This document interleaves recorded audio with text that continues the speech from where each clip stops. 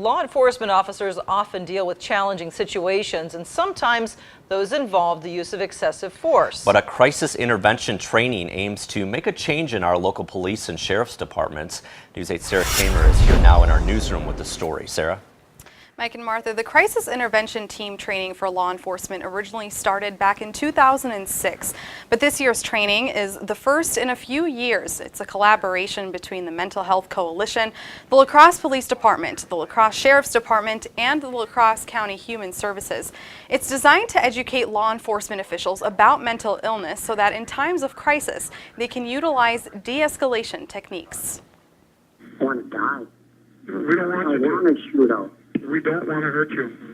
So when I put the gun in my hand, I'm going to point it at him and I'm going to pull the trigger and then they're going to shoot me. This officer-involved shooting in January in Jackson County ended with one man getting shot and killed after he threatened officers and fired his weapon. Officers deemed it as a classic case of suicide by cop. It's just one example of many, and law enforcement is hoping to prevent instances like this from happening. Enforcement is our job. We enforce laws. However, we also have to understand that a warning or an alternative to strict enforcement can be more beneficial. A crisis intervention team training is educating officers on different mental health disorders, special populations like veterans, people who are homeless, and youth, and they're learning how to de-escalate a situation during a time of crisis. And then at the end of it, they get to practice those skills, doing role plays with various scenarios with some local actors. La Crosse City investigator Corey Brandel says those skills can help strengthen the relationship between police officers and the community.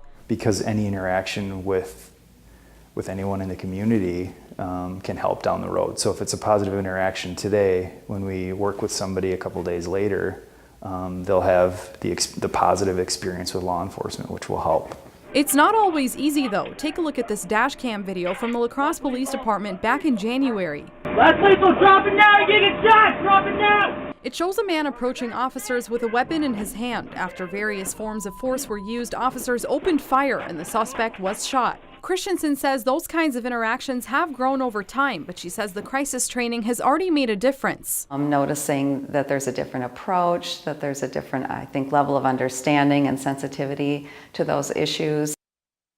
A clinical therapist at the La Crosse County Jail was also present today to talk about some of the experiences many inmates have and how to recognize signs of mental illness. 23 law enforcement personnel from the La Crosse Police Department and the La Crosse Sheriff's Department, including deputies and jailers, were a part of the crisis intervention training. Thanks a lot, Sarah. The training was over the course of 3 days, with today being the last day.